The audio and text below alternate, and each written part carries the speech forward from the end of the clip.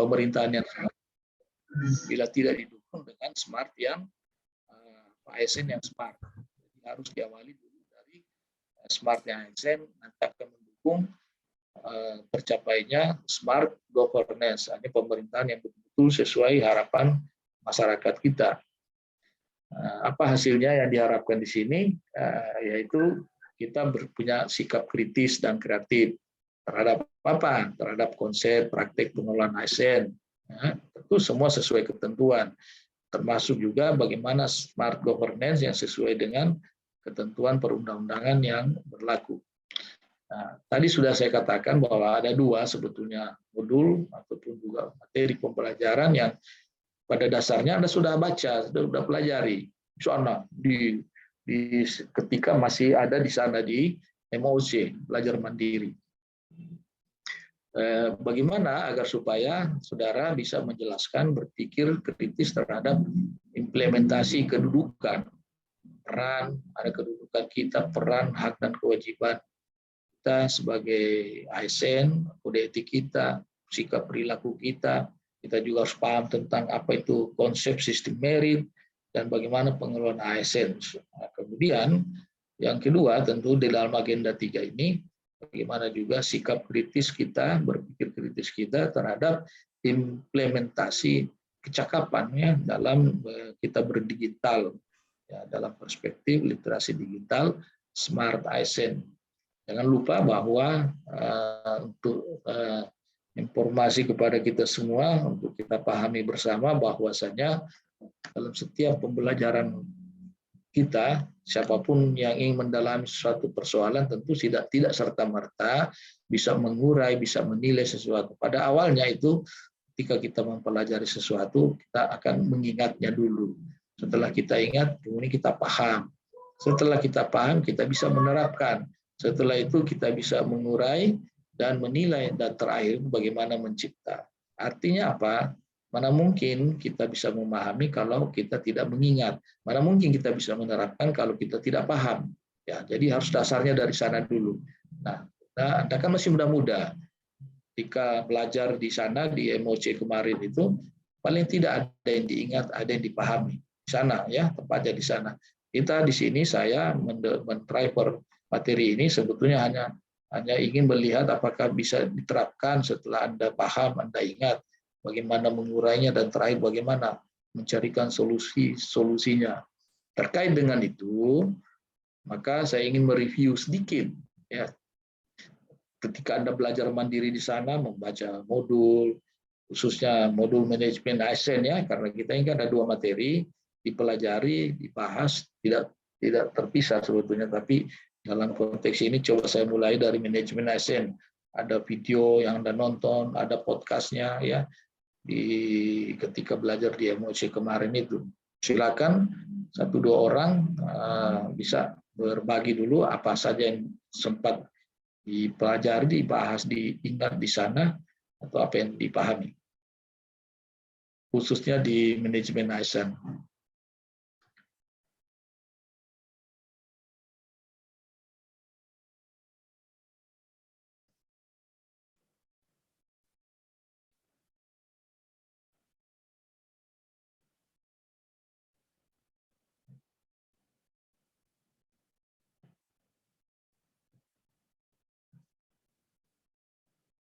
Silakan, Irene.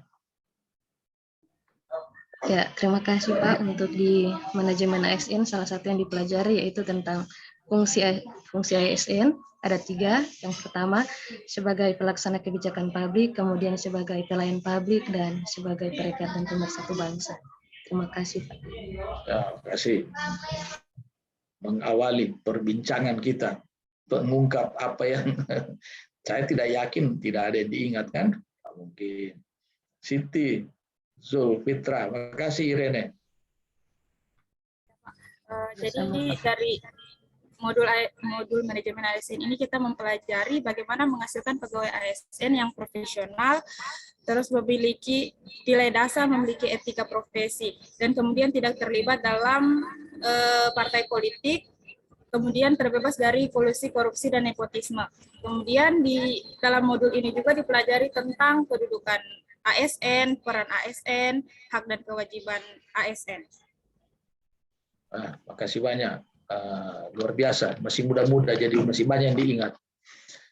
Makasih Siti Sulfitra. Selanjutnya Eva. Baik, terima kasih. Modul yang manajemen ASN yaitu mempelajari tentang kedudukan ASN sebagai pelaksana kebijakan publik, sebagai pelayanan publik, dan sebagai perekat dan pemersatu bangsa. Di dalam modul juga itu terdapat hak dan kewajiban ASN, yaitu kode etik dan kewajibannya. Mungkin itu, Pak. Ya, kasih 3 orang yang sudah mencairkan dulu suasana kita terhadap diskusi kita, diawali dari apa yang kita sudah coba ingat-ingat yang dipelajari di MOC kemarin itu. Oke, saya kira betul sekali apa yang disampaikan tadi. Kalau bicara tentang manajemen ASN, pengelolaan ASN kan memang utuh ya, dia dari perencanaannya, bagaimana pengadaannya, termasuk Anda ini diterima ya, berapa orang dibutuhkan, setelah sudah masuk bagaimana dikembangkan kualitasnya, beri pelatihan, ditempatkan di mana tentu sesuai dengan tugas pokok dan fungsi, sesuai dengan kualifikasi kompetensinya, kemudian dipromosikan bila dia berkinerja baik, diberikan gaji, diberi tunjangan, kalau dia pejabat struktural atau fungsional, ada kesejahteraannya, dan suatu saat dia akan diberhentikan dengan hormat, tidak dengan hormat, akan pensiun atau pensiun dini atau berhenti karena pelanggaran. Ya seperti itulah kira-kira apa yang dimaksudkan dalam manajemen ASN. Saya kira betul sekali ya tugas dan fungsi kita. Kita sebagai pelaksana, saya juga seperti itu, kita semuanya sebagai ASN, sebagai pelaksana, perekat dan pemersatu bangsa, artinya dimanapun kita bekerja, disitulah kita sebagai perekat pemersatu bangsa. Ya. Dan juga sebagai pelayan publik tentu sesuai tugas dan fungsi kita masing-masing. Kan di ASN itu sesuai dengan Undang-Undang Nomor 5 2014 ada 2 ya, ada PNS, ada P3K. Nah, bisa dijelaskan sebetulnya perbedaan prinsipil sekali di 2 status kita sebagai ASN, di mana antara PNS dan P3K. Silakan.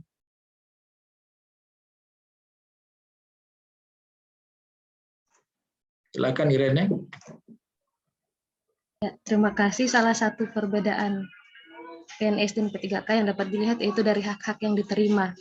Hampir sama, menerima gaji, tunjangan, pengembangan kompetensi, hanya untuk P3K tidak menerima jaminan pensiun dan hari tua. Terima kasih, Pak. Ya, jadi bedanya cuma di situ ya. Siti Sulfitra, ada yang mau melihatnya yang dari sisi lain? Akan. Tambahkan sedikit Pak, untuk yang P3, kalau PNS ini dia dikontrak sebagai pegawai tetap, sedangkan kalau P3K dikontrak dalam jangka waktu tertentu. Ya. Oke, saya kira benar sekali bahwa itu samanya ya, dia terima gaji, punya cuti, punya perlindungan, punya kesempatan mengembangkan kompetensi, hanya beda di jaminan pensiun ya, artinya kalau pensiun tidak punya jaminan hari tua. Beda dengan PNS, tapi hak-hak lain kewajibannya itu sama semua, seperti itu. Nah, di samping kedudukan juga tugas dan fungsi, juga hak-hak kita sebagai ASN kan juga punya kewajiban. Nah, saya pingin suara perempuan, coba Sarima baca ini deh. Baca kewajiban kita sesuai dengan Undang-Undang ASN ini. Baca dengan suara lantang, yang lain mendengarkan itu, menyimak. Silakan. Ya. Kewajiban ASN Undang-Undang Nomor 25/2014 Pasal 23. Pertama, setia dan taat pada Pancasila, Undang-Undang Dasar Negara Republik Indonesia 1945 dan NKRI dan pemerintah yang sah. Kedua, menjaga persatuan dan kesatuan bangsa. Ketiga, melaksanakan kebijakan yang dirumuskan pejabat pemerintah yang berwenang. Keempat, menaati ketentuan peraturan perundang-undangan. Kelima, melaksanakan tugas kedinasan dengan penuh pengabdian, kejujuran, kesadaran, dan tanggung jawab. Keenam, menunjukkan integritas dan keteladanan dalam sikap, perilaku, ucapan, dan tindakan kepada setiap orang, baik di dalam maupun di luar kedinasan. Ketujuh, menyimpan rahasia jabatan dan hanya dapat mengemukakan rahasia jabatan sesuai dengan ketentuan peraturan perundang-undangan. Dan yang kedelapan, bersedia ditempatkan di seluruh wilayah negara kesatuan Republik Indonesia. Nah, Sekian. itu kewajiban kita ya. Jangan cuma banyak menuntut hak, tapi sebetulnya kewajiban kita abaikan. Oke. Adakah menurut pengamatan Anda ini, bahwa kita ini sering juga melanggar kewajiban, cuma banyak menuntut hak, kewajiban rupanya ya dianggap sepele saja. Pengalaman di tempat kerjanya sesuai pengamatan, kan?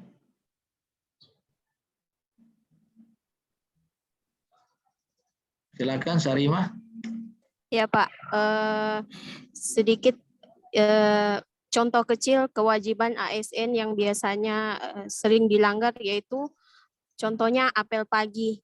Itu biasa ASN jarang mengikuti apel pagi. Itu contoh kecilnya Pak. Kecil. Terima kasih. Ya, tentu masih banyak contoh-contoh lain. Dan saya kira di tempat kerja Anda semua itu pasti ada yang seperti itu. Kenapa kita ini manusia biasa yang suka lalai hanya menuntut hak, tapi kewajiban dilupa seperti itu. Nah, kalau saya ingin lagi memperkenalkan di sini namanya kode etik ya, kita sebagai ASN itu mana-mana terikat dengan kode etik. Kode etik profesi juga ada sebagai dokter, sebagai perawat, sebagai bidan, sebagai guru, kan biasanya ada kode-kode etiknya itu. Nah, saya ingin sampaikan kepada Anda satu orang lagi suara, ingin saya dengarkan suara laki-laki. Suara laki-laki Muhammad Ikrawan. Baca ini yang lain. Iya, Pak. Di hati sanubari. Oh, kita ini punya kode etik sebagai ASN. Silakan. Kode etik dan kode perilaku ASN pasal 5 Undang-Undang Nomor 5 Tahun 2014. 1.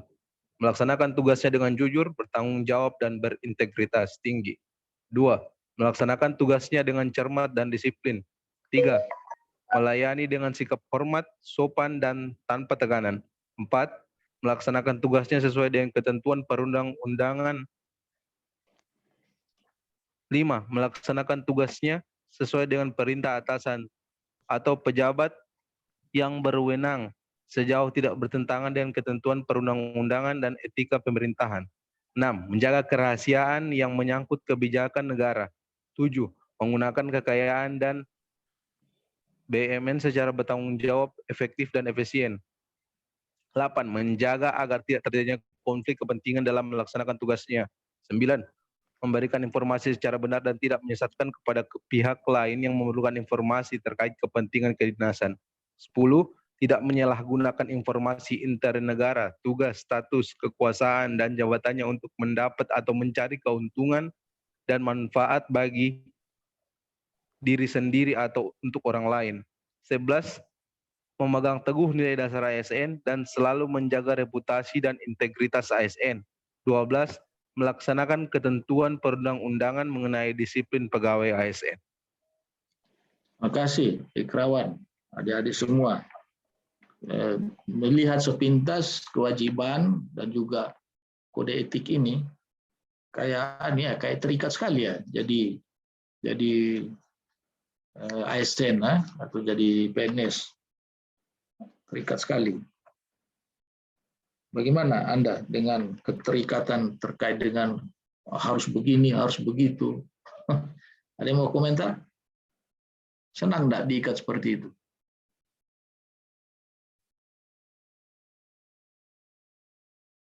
Diikat oleh aturan. Bahagia hidupmu? Hah? Eva, apa komentarnya dengan segala keterikatan? Ya Pak, suka dengan tidak suka, mau dengan tidak mau sudah memilih ya harus menjalani Pak. Padahal ada caranya. Kita tidak usah pusing dengan kode etik. Tidak usah pusing dengan soal kewajiban-kewajiban. Ini semua bisa kita langgar ini. Mau belajar? Siap tidak, Pak? Oh, tidak, saya tahu ada jurusnya. Ini bisa dilanggar semua ini. Caranya mau tahu? Berhenti kau jadi PNS. Kalau berhenti jadi PNS, tapi di satu sisi kita sebagai masyarakat juga ada kode etiknya. Bagaimana bermasyarakat yang baik. Di mana-mana kita dituntut menjadi orang yang baik. Dengan cara ya ada kewajiban kita sebagai makhluk sosial, kewajiban kita sebagai PNS, sebagai pejabat, ada kode etik. Jadi saya kira betul, mau tidak mau, suka tidak suka ya harus kita ikuti ini. Nah, tadi kalau kode etiknya ada 12 itu menurut pengamatan Anda, adakah di tempat kerjanya masing-masing itu yang sering dilanggar? Jangan takut-takut mengungkap persoalan seperti ini, padahal nanti membuat rancangan juga berangkanya dari sini. Melihat isu itu kan masalah itu, isu itu masalah kan? Ada Pak saya. Silakan. Kalau saya dari inspektorat melihat setelah 2 bulan ini tentang kedisiplinan Pak.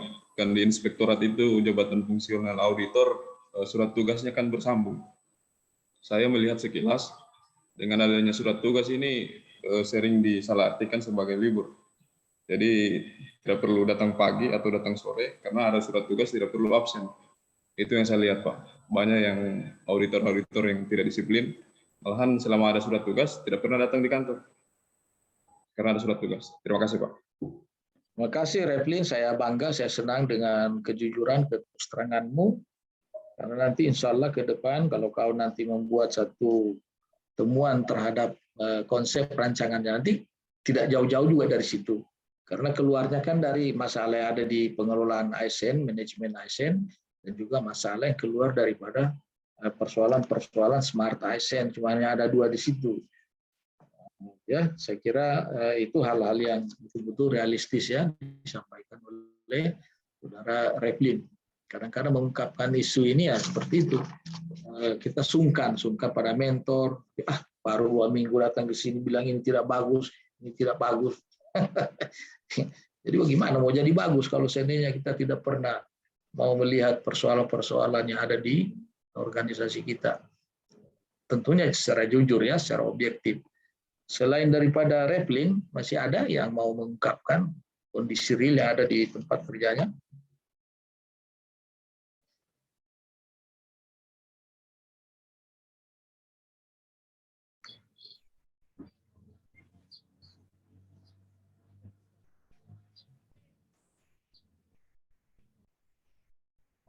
Ya, silakan Siti.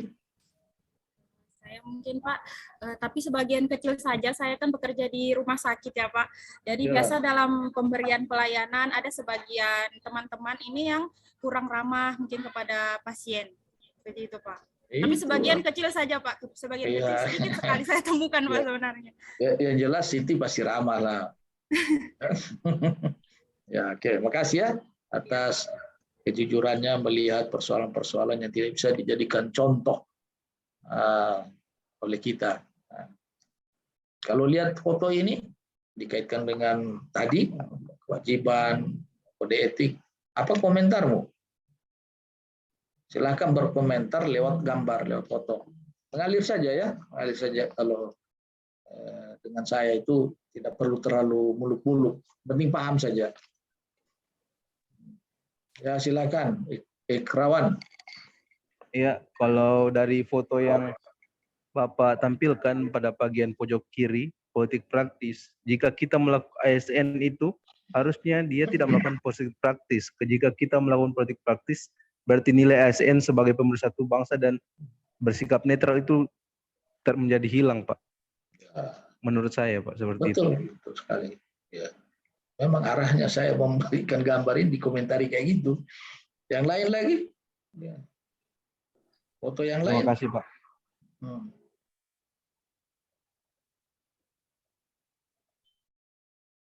Ya, silakan Eva. Kalau saya Pak mengomentari yang gambar ASN itu sedang minum itu Pak. Maksudnya ya orang yang menggunakan alkohol atau mengkonsumsi alkohol itu adalah hak pribadinya. Tetapi bisa salah kalau dia sementara menggunakan atribut ASN Pak. Ya. Jadi misalkan itu dia di rumahnya ya suka-suka dia. Tetapi dia menggunakan atribut negara itu salah Pak. Iya. Terima kasih Pak. Ya, saya kira sama semua ya. Saya kira bisa berkomentar yang sama, tapi waktunya kan saya dibatasi cuma 2 jam pembelajaran. Jadi saya hanya sekilas-sekilas saja ya. Nanti ada terakhir saya antar Anda dengan soal tertulis untuk didiskusikan pada saat pembelajaran asinkronus. Ada sumpah nanti kita itu selesai CPNS sumpah. Kemudian nanti duduki jabatan tertentu juga disumpah. Pokoknya sumpah terus ini. Dan khusus ini kalau jadi CPNS, jadi PNS disumpah. Coba baca dulu ini. Siti, coba baca Siti.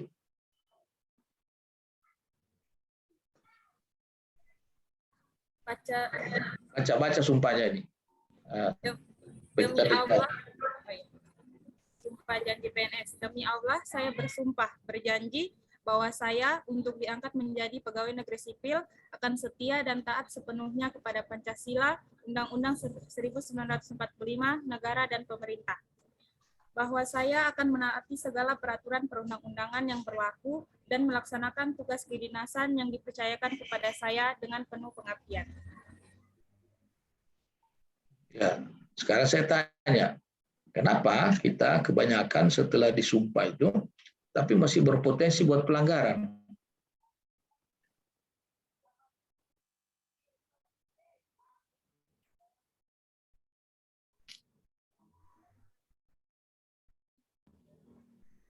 Silakan Irene.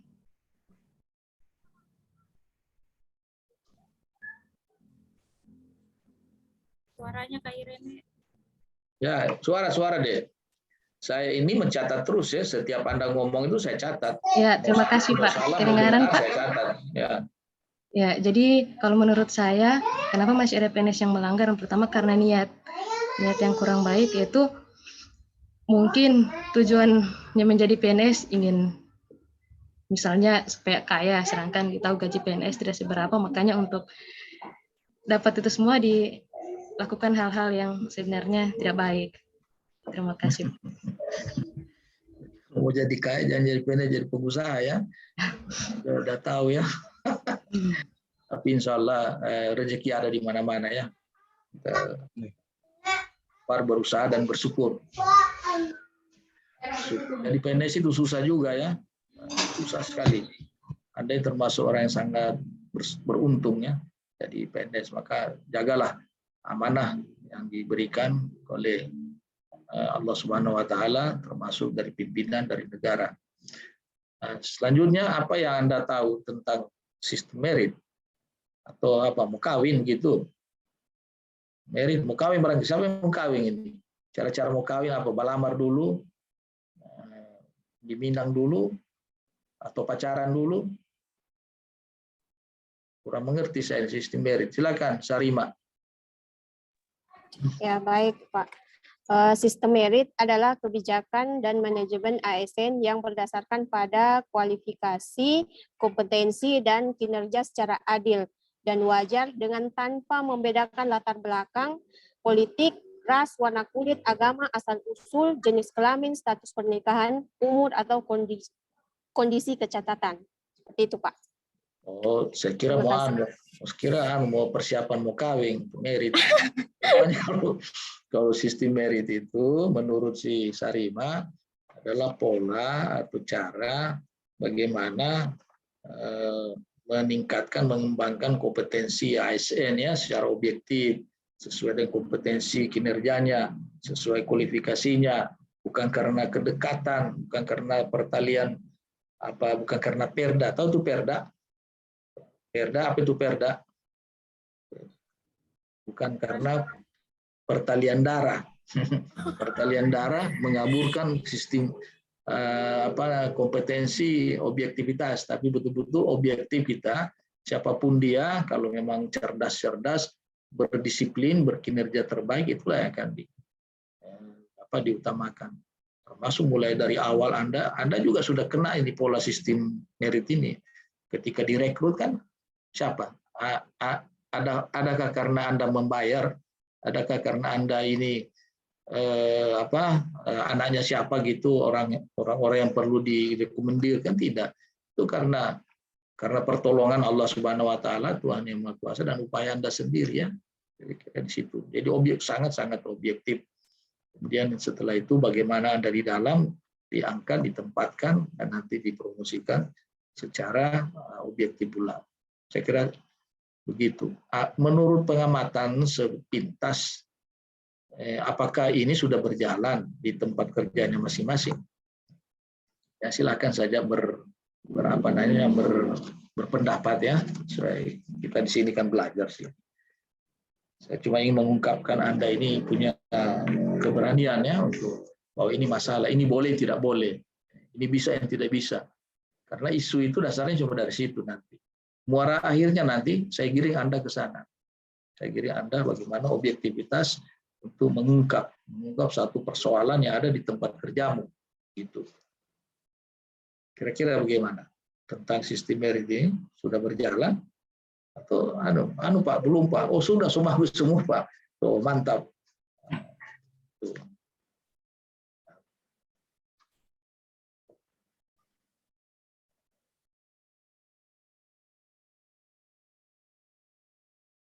Coba Tiara dulu, Tiara.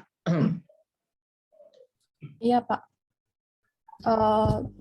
Contoh yang berdasarkan saya baca itu seperti perjalanan karir seorang ASN, yaitu mutasi pegawai, Pak.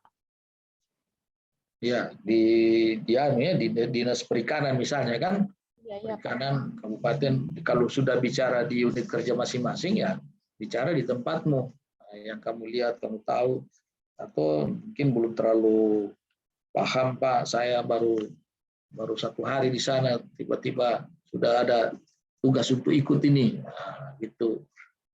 Tapi nanti tetap juga nanti harus bisa mencari persoalan-persoalan yang ada di tempat kerjanya masing-masing. Ya, kita bicara khusus konsep merit ini, di mana-mana masih ada ya orang. Irma, saya belum dengar suaranya Irma ini. Iya Pak. Ya silakan.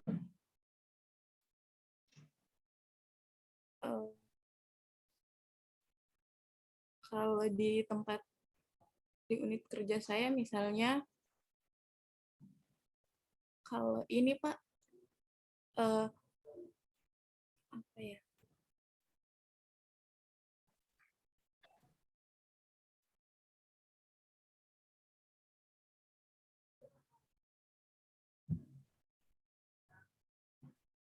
Kayak di puskesmas ada program-program dari pemerintah, misalnya pembagiannya kalau tidak sesuai kayak dia memberikan program tersebut berdasarkan kekerabatannya, siapa yang lebih dekat dengan dia berikan program tersebut. Kan setiap program itu ada dananya, Pak. Itu bagaimana, Pak? Ya. Ya, itulah saya tanya sama kamu. Itu apakah nanti suatu saat perlu diperbaiki ya? Lihat bahwa ini harusnya berjalan sesuai dengan aturan ya, sesuai dengan aturan. Nah, kemudian ini saya kira saya lewati nanti. Nah, sekarang lewati saja. Nah, sekarang pendalaman tentang smart ASN, smart ASN.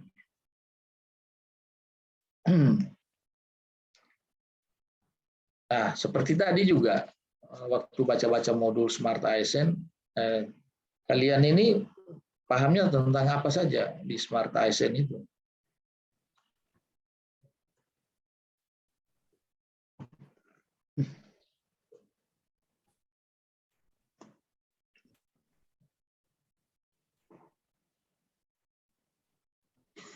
Silakan Tiara. Di Smart ASN ini, berdasarkan yang saya baca, itu salah satunya membahas tentang literasi digital, di mana pegawai ASN diharuskan harus memperhatikan, mempelajari dunia digital, karena banyak kejadian seperti hoax, ujaran kebencian, cyberbullying, dan konten negatif lainnya. Ya, kasih banyak.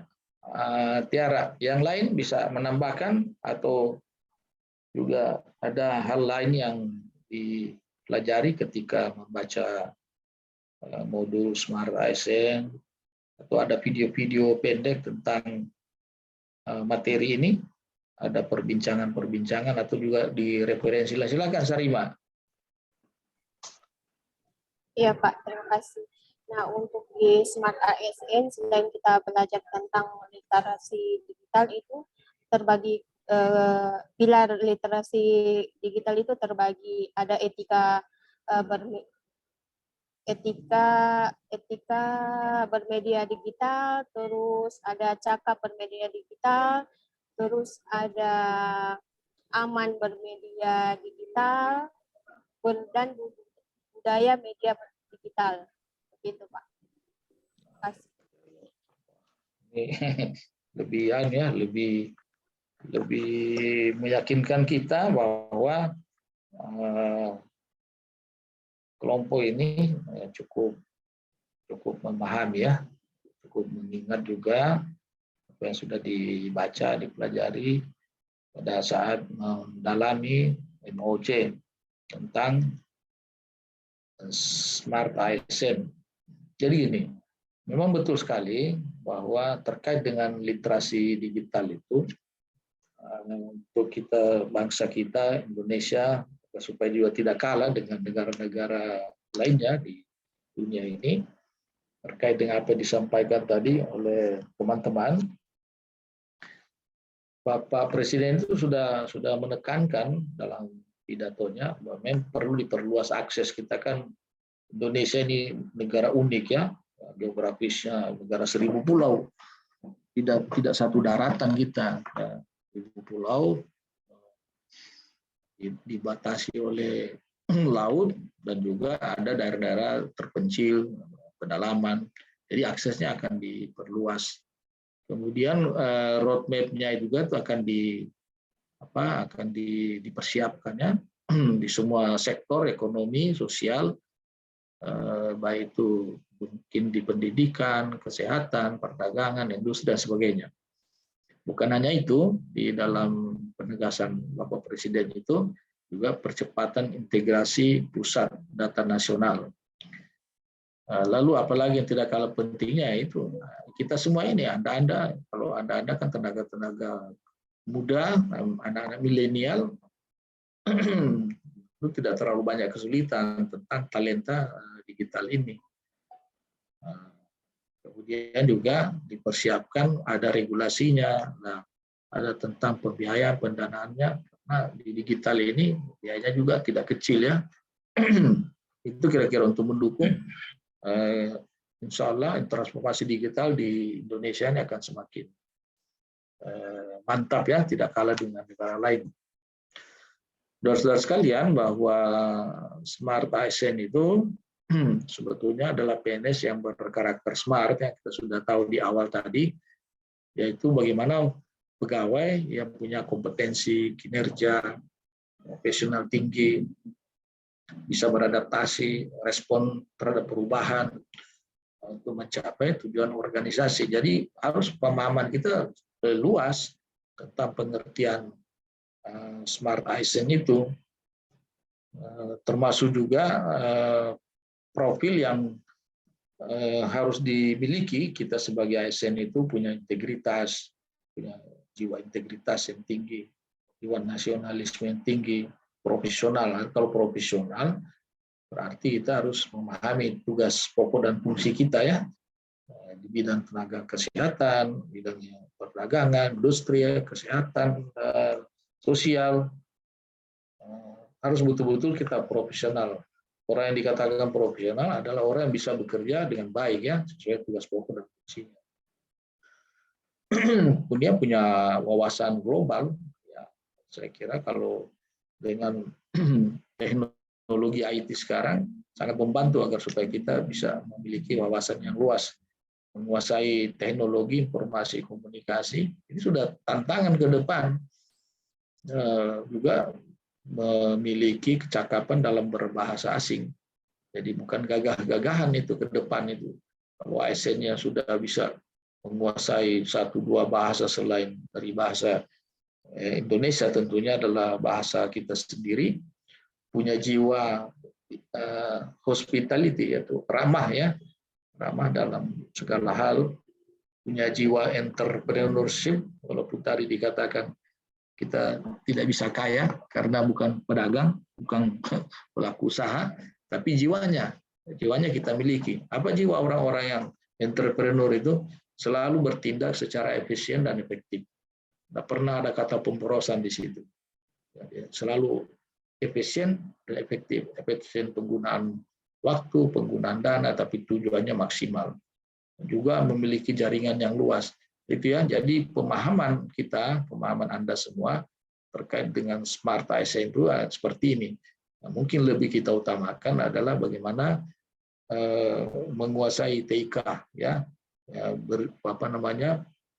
tentang penguasaan terhadap literasi digital, ya, lebih ke sana dominannya. Tapi jangan diartikan terlalu sempit. Nah, nanti tentu Smart ASN akan mendukung Smart Governance, arahnya ke sana. Smart Governance itu dicirikan misalnya adanya inovasi, teknologi yang terpadu karena sudah ada kolaborasi unit kerja, melahirkan misalnya pelayanan terpadu, ada pelayanan terpadu satu atap tentang perizinan, dikatakan di mall pelayanan publik, ada pelayanan terpadu tentang kesehatan. Nah, itu sudah pikiran yang cerdas, bagaimana memberikan sesuatu yang baik kepada masyarakat agar supaya smart governance tercapai. Karena kita kan dimanapun kita bekerja kembali lagi sebagai pelayan, sebagai pelaksana kebijakan, dan juga sebagai pemersatu bangsa kan seperti itu. Saya boleh bertanya, minta komentar Anda. Sebetulnya kenapa diperlukan itu Smart ASN itu? Silakan bisa dikomentari. Kenapa diperlukan Smart ASN yang berkarakter smart tadi itu?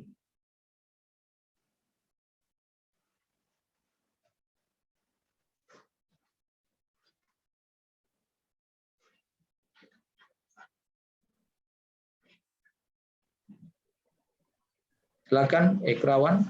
Ya, terima kasih atas kesempatannya, Pak.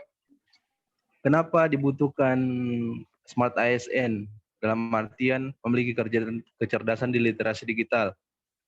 Tentunya kita harus sangat memerlukan Smart ASN ini atau ASN berkarakter smart karena perubahan zaman dari waktu ke waktu terus berkembang.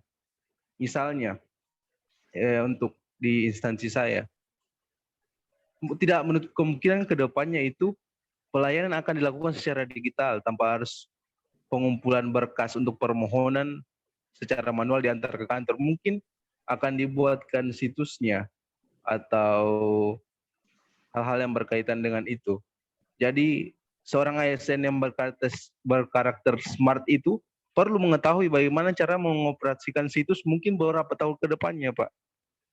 Makanya sangat dibutuhkan sekali, begitu menurut saya, Pak. Ya, saya kira komentarnya singkat tapi sangat mengena ya, sangat mengena, Ikrawan. Mungkin juga kalau saya perlihatkan lagi,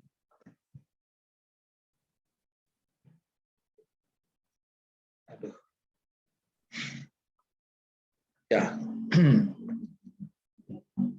Mungkin nyambung komentarnya, apa disampaikan Ikrawan, teman-teman lain, silakan disambung apa maunya Ikrawan tadi itu dengan melihat ini. Statementnya dunia dalam genggaman. Silakan dikomentari, kaitkan dari Ikrawan punya berangkat dari sana. Silakan Irene. Ya, terima kasih. Kalau melihat dari gambar yang ada, ini sama saja menjelaskan bahwa ternyata dunia itu hanya ada dalam genggaman. Hanya dunia so kelihatan kecil.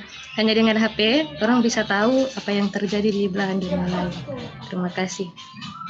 Ya. Kasih Irene. Silakan yang lain. Bisa ditambahkan.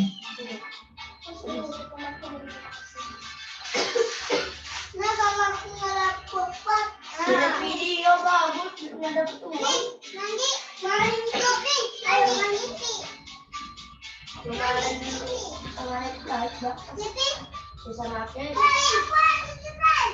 Silakan Siti.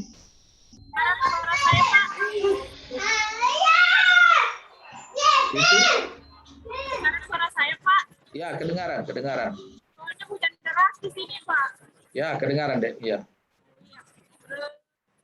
Dari gambar ini saya melihat bahwa dunia ini semuanya bisa kita lihat dari karena perkembangan zaman. Jadi segala informasi bisa kita dapatkan dari HP saja melalui tangan kita. Tidak perlu lagi kita jauh-jauh mencari informasi kemana, tapi bisa langsung kita akses melalui perangkat kita sendiri.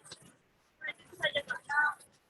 Ya, masih terkait juga apa yang dikatakan Ikrawan, apa yang dikatakan oleh Siti, semuanya itu memang benar bahwa ini kan kondisinya sudah seperti ini, sudah hadir di hadapan kita. Sehingga seakan-akan dunia ini kecil, padahal tidak. Sejak dulu tuh besarnya seperti itu juga. Besar tidak pernah dia. Kalau persoalan daratan berubah ukurannya dengan perairan itu sama saja, kalau di total juga luasnya sama. Terjadi pencairan es, dia tutupi daratan, sehingga daratan menjadi lautan. Tapi kalau totalnya besarnya itu dari dulu sampai sekarang sangat besar. Tapi kenapa seperti kecil? Yang buat dia kecil ini yang ada di tangan kita itu. Apa itu? Ini kan persoalan digitalisasi, teknologi informasi dan komunikasi. Dia membuatnya dia kecil. Dunia ini kecil ini adalah perkembangan ilmu pengetahuan di bidang teknologi, khususnya teknologi komunikasi, dan juga dia kecil karena ada perkembangan ilmu pengetahuan di sektor perhubungan ya. Perhubungan ada angkutan yang cepat. Hari ini di Palu, insya Allah 3 jam kemudian sudah ada di Jakarta. Nah, itu. Hari ini di Palu, mungkin juga nanti 2-3 jam kemudian sudah di Aceh lagi. Jadi kecil karena angkutan. Lebih kecil lagi karena tadi yang seperti Anda komentari. Itu realitas yang ini hanya gambaran. Kalau bicara digital kan sangat luas ya, cakupannya itu sangat luas. Dan sehingga saya ingin menanyakan sebetulnya kalau seperti itu, apalagi dalam kerangka disampaikan Ikrawan tadi, sudah saatnya kita juga memberikan pelayanan-pelayanan pada masyarakat berbasis digital. Jadi sudah mulai pelan-pelan ditinggalkan itu pelayanan berdasarkan manual, tapi sudah lebih cepat. Karena e-government ini tantangan kita ke depannya, pemerintahan yang berbasis pada teknologi komunikasi dan informasi. Sehingga saya ingin penegasan sebetulnya dengan hadirnya ini sebetulnya apa dia? Bolehkah dikatakan pilihan ataukah keharusan?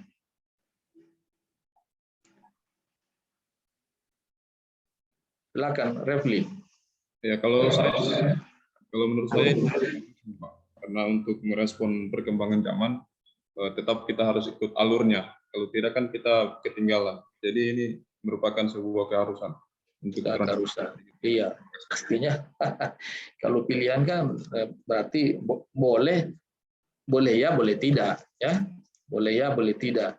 Kalau ada lagi komentarmu, Pak, kita daerah terpencil, usah di sana di daerah pedalaman. Ya, kan sudah ada pidato Pak Presiden tadi. Secara pelan dan pasti nanti akan dibuka jaringan-jaringannya. Sabar-sabar saja. Kalau sabar, cuma persoalan talentanya kita ini. Kita saja dalam kota juga tidak mau belajar, gimana caranya? Ya, sudah ada lengkap fasilitas sarana prasarana tapi tidak mau. Jadi kesimpulannya betul, Reblin, nah ini harus mau tidak mau, mau, suka tidak suka, harus suka. Kalau tidak ketinggalan, sangat-sangat ketinggalan. Jadi dalam memberikan pelayanan memang benar harusnya sudah berbasis pada IT. Makanya ini diajarkan oleh kita semua agar supaya bukan hanya cerdas dalam pengelolaan ASN, manajemen ASN, tapi juga bagaimana berikan pelayanan itu berbasis teknologi komunikasi dan informasi. Oke, kita sepakat di situ.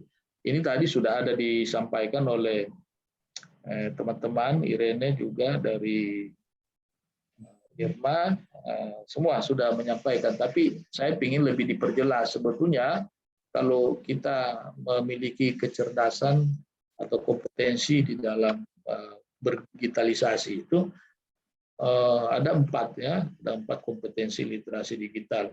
Bisa Anda diberikan gambaran sedikit, gambaran tentang kompetensi itu? Seperti apa yang dimaksud digital skill, digital culture, digital ethic, digital safety.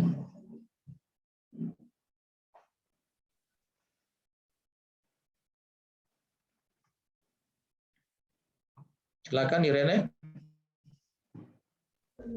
Ya, terima kasih Pak. Sebelumnya maaf mungkin ada suara-suara agak beribut soalnya di samping-samping ada anak-anak tetangga Pak. Terima kasih untuk digital skill. Yang pertama bahwa kita bukan hanya tahu mengoperasikan perangkat keras, namun untuk softwarenya juga harus kita mampu kembangkan. Kemudian untuk digital culture, di situ bahwa kita harus dalam bermedia sosial misalnya kita harus menanamkan nilai-nilai Pancasila. Karena kalau tidak, di situ kan banyak budaya. Dalam kita berinteraksi di media sosial, bukan hanya di dunia nyata, namun di media sosial juga itu kita terdiri dari berbagai suku, bahasa. Jadi di situ kita harus menanamkan nilai-nilai Pancasila supaya tidak terjadi perpecahan. Kemudian digital etik itu bagaimana etika kita dalam berkomunikasi dengan orang lain di media sosial. Dan digital safety bagaimana kita menjaga keamanan kita selama bermedia sosial, misalnya sering mengganti password, kemudian tidak membagikan data diri di media sosial. Terima kasih. Ya, makasih Irene. Saya kira sama yang saya maksudkan sudah memang seperti itu. Terima kasih sudah bisa dijelaskan. Sekarang persoalannya ini yang menurut Anda lihat, saudara sekalian di tempat kerjanya, terkait dengan apa yang disampaikan Irene tadi, bagaimana? Apakah itu betul-betul sudah dilaksanakan dengan baik? Atau masalahnya memang masih seperti itu?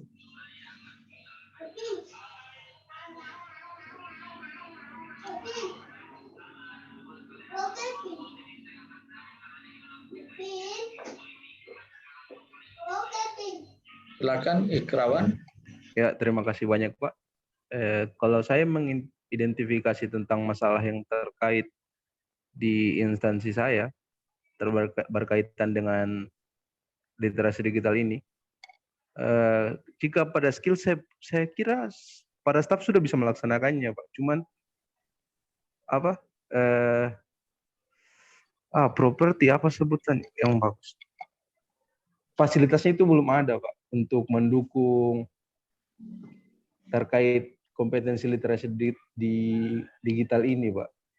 Contohnya seperti ketika permohonan masyarakat jika ingin menertibkan sertifikat tanah ataupun rekomendasi sertifikat tanah ataupun rekomendasi IMB itu masih dilakukan secara manual Pak. Baik penerimaan berkas, verifikasi dan lain sebagainya. Padahal sebenarnya bagus jika dilakukan secara digital Pak. Karena otomatis mempermudah warga juga, mempermudah juga pegawai juga untuk menyortirnya jika diupload pada situs, sehingga kelalaian itu bisa lebih diperkecil Pak. Begitu menurut saya Pak. Ya. Isu yang ada di instansi saya. Terima kasih banyak Pak. Terima kasih, Kerawan. Yang penting gini barangkali ya, sepakat dulu kita. Tadi kan sudah kita tahu bahwa ini merupakan satu keharusan ya, bukan pilihan. Untuk memberikan pelayanan terbaik, pelayanan publik itu sebaiknya berorientasi pada pelayanan cepat, ya, maksimal, efisien, efektif. Memang kalau menggunakan ini tentu biayanya mahal ya, karena mungkin masih terkendala. Tapi pikiran kita kasih nyampe dulu di sana. Jadi pikiran kita nyampe dulu di sana bahwa satu saat, suatu ketika memang sudah model pelayanan publik kita harus berbasis IT. Saya kira sudah harus pikiran dulu nyampe. Nah, sambil memperbaiki hal-hal yang seperti ya saya inginkan memang seperti itulah kira-kira ya di Kerawan. Bagus ya pola-pola pikirnya seperti itu. Saya lewat saja ya. Nah, tadi juga disampaikan memang ada dampak. Lalu betapa pentingnya itu ya. Kita mengamalkan nilai-nilai Pancasila, ketuhanan yang Maha Esa, kemanusiaan dengan beradab, persatuan Indonesia kan, karena kalau sudah kita di dunia maya, kadang-kadang kalau tidak kita kaitkan itu, mungkin saja berpotensi untuk menjadikan masalah ya dalam masyarakat. Sehingga ini juga perlu dijadikan satu bahan untuk kita berdigitalisasi itu memang harus juga diamalkan ini nilai-nilai Pancasila. Dampaknya juga banyak terjadi di sekitar kita, di teman kita, tetangga, keluarga. Bagaimana hanya dengan informasi-informasi yang berseliweran sehingga menimbulkan persoalan-persoalan yang tidak baik di kemasyarakatan kita. Saya kira itu dari saya tentang Smart ASN ini ya. Kemudian saya kira nanti ada di penjelasan tugas ya. Nanti saya berikan semua ini, mendalaminya dengan tugas kelompok. Nah inilah kira-kira saya antar Anda belajar secara kelompok ataupun juga tugas individu. Tugas individu yang pertama, sekarang kan pembelajaran sinkronus. Nanti setelah ini Anda belajar mandiri itu sudah asinkronus. Nah, di hari pertama hari ini, coba ya terserah kalau mau juga melangkah ke tugas yang lain, di hari esok ditarik semua orang efisien efektif, coba dibuktikan. Saya malah ada itu, temanmu di situ golongan 2 di Bangkep itu. Wah, tadi baru selesai kita diskusi. Waduh, gayanya, nalarnya itu tidak kalah juga dengan golongan 3. Udah semua itu kasihan ya, hanya golongan 2. Bahkan sudah membuat ringkasan yang lebih awalnya sebelum saya tugaskan. Berarti mau betul-betul secara efisien efektif. Nah itu orang yang selalu berpikir efisien efektif kan sudah mencerminkan Smart ASN-nya itu. Nah, tugas pertama coba buat ringkasan modul terkait dengan manajemen ASN dan Smart ASN. Saya minta ringkasannya yang betul-betul yang serius ya. Jangan satu orang yang bekerja, yang lain copy paste. Nanti ketahuan itu. Kalau yang sama-sama itu nilainya saya kasih kurang.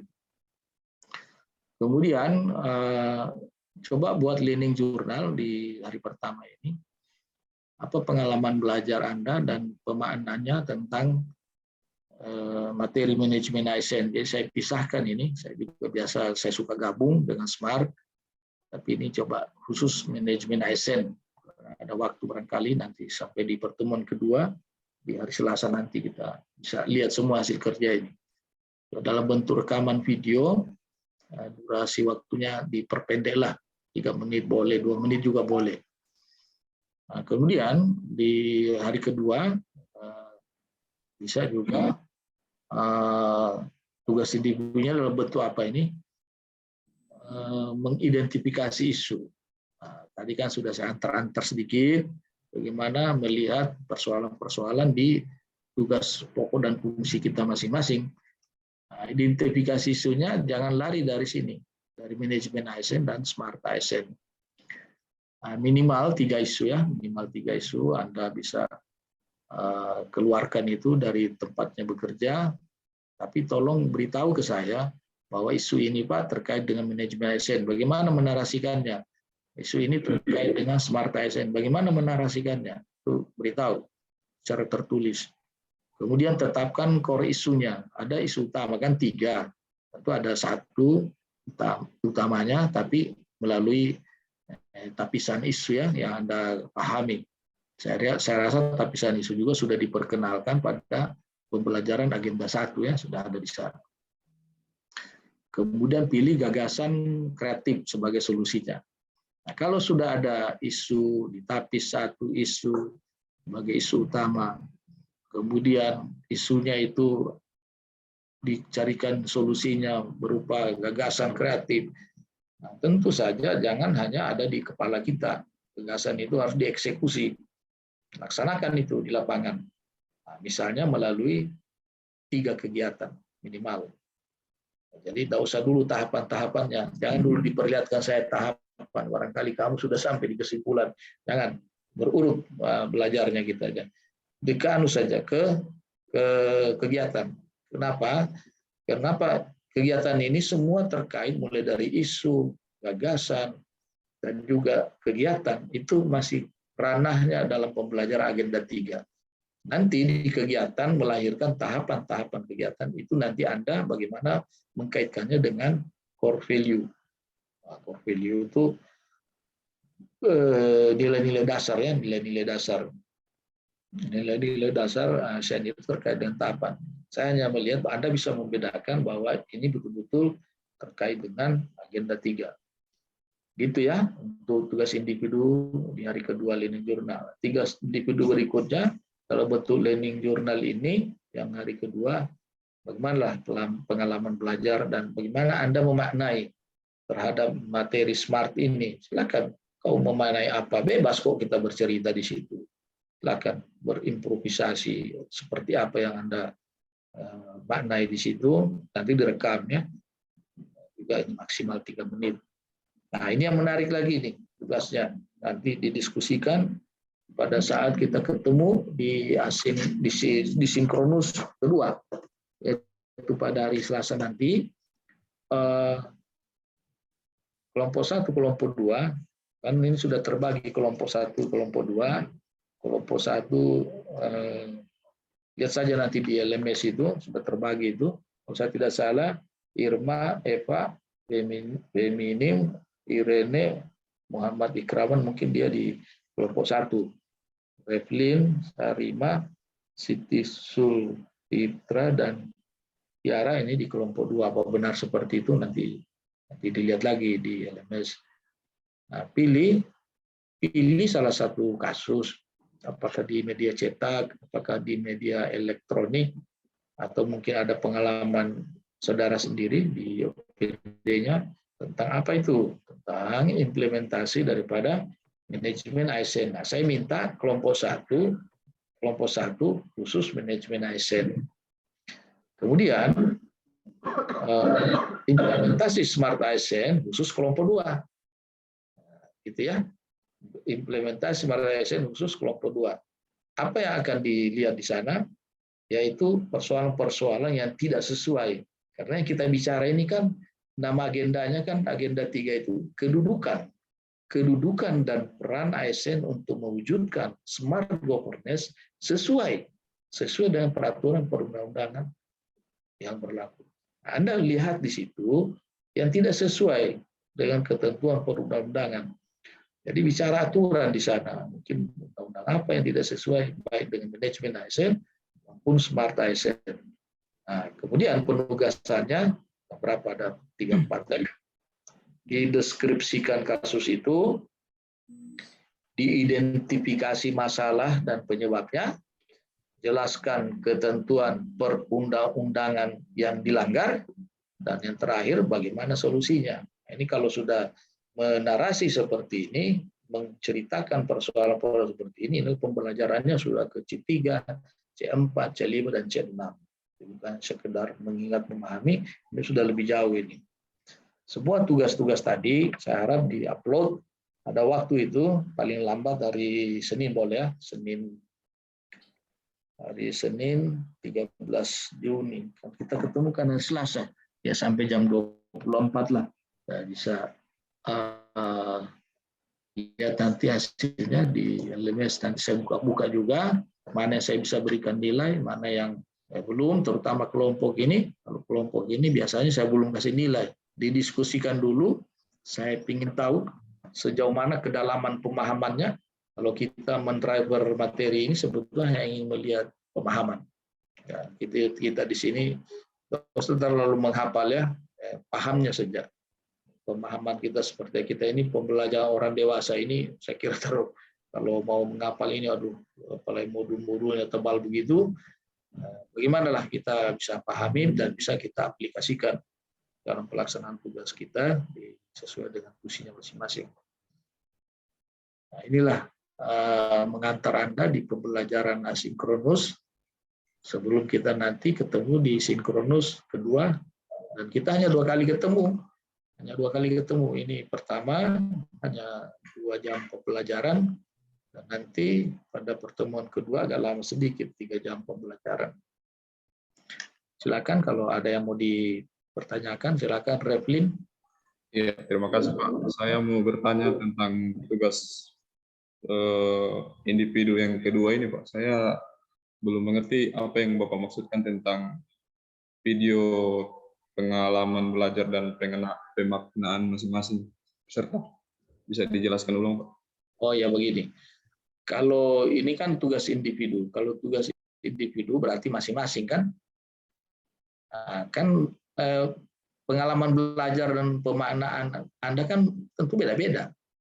Nah, di sini bebas kita menyampaikan pengalaman belajar di materi ini, khususnya di manajemen ASN, itu hak Anda bagaimana memaknai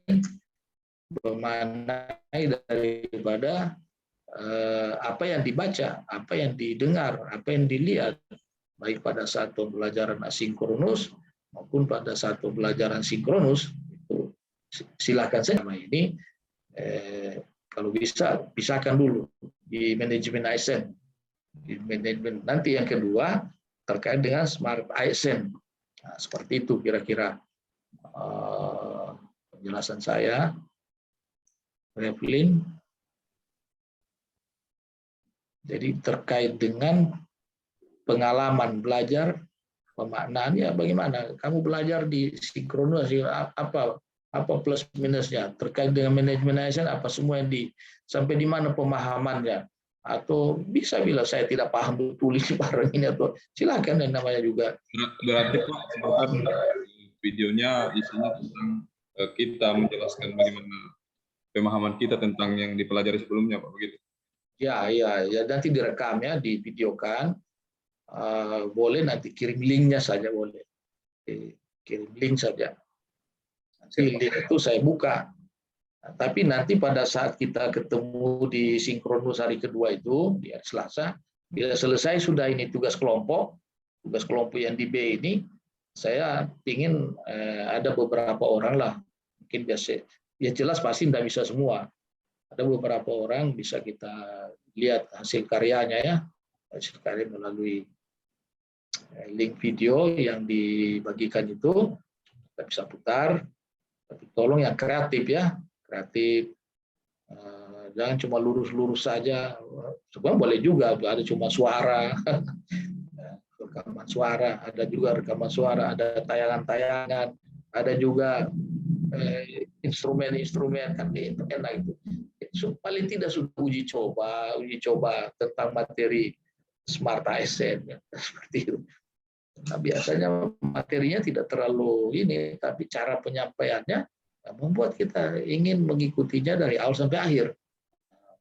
Lagu-lagu itu juga pengaruh itu instrumen-instrumen yang diantar. Saya lihat banyak lah. Saya tidak perlu ajar lagi. Anda kan sudah di usia-usia memang sudah boleh dikata lahir ya, lahir dengan digital barangkali. Kira dengan saya ini yang generasi baby boomer namanya, yang masih bisa hidup bertahan di bumi ini, tinggal berapa persen orang-orang yang seusia saya.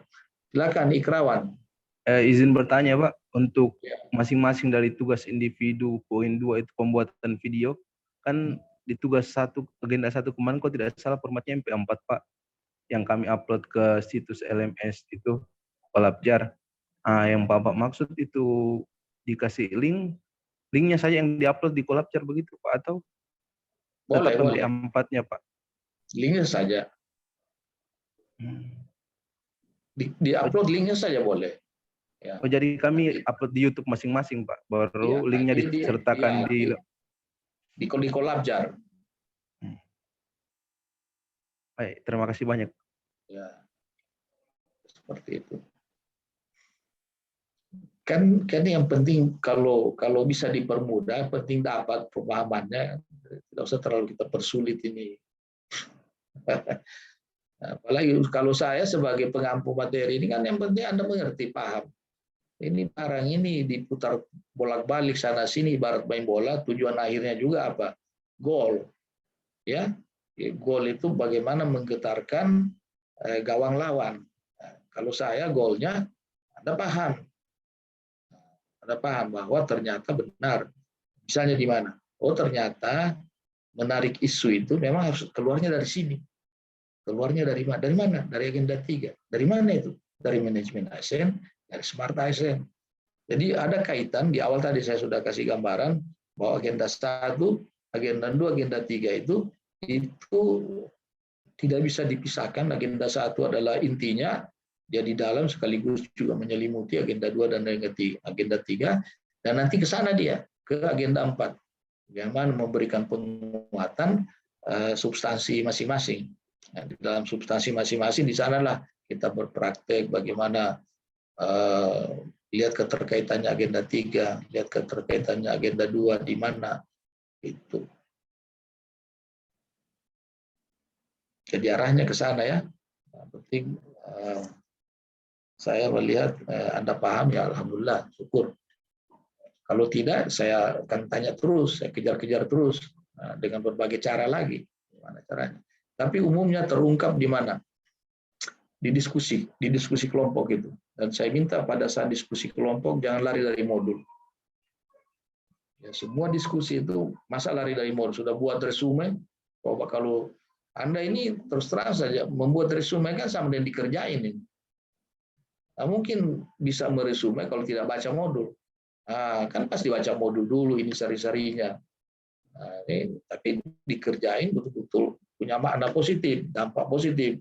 Nah, sudah tahu intisarinya, itu sudah bahan untuk kita lakukan di lapangan dan juga pada saat mengantar Anda berdiskusi, pada saat menarik isu-isu tadi, ya, pada saat juga berkelompok nanti bagaimana keterkaitannya di manajemen ASN, di Smart ASN.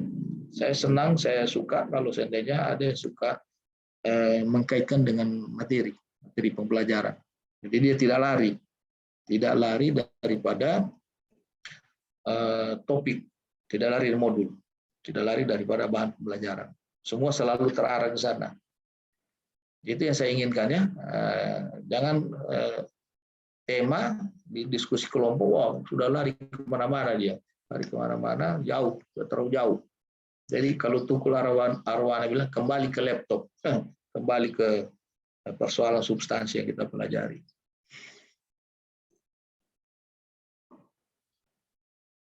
Masih ada yang kurang jelas karena pemahaman yang tepat terhadap tugas itu akan mengantar kita di dalam mengerjakan tugas ini dengan baik.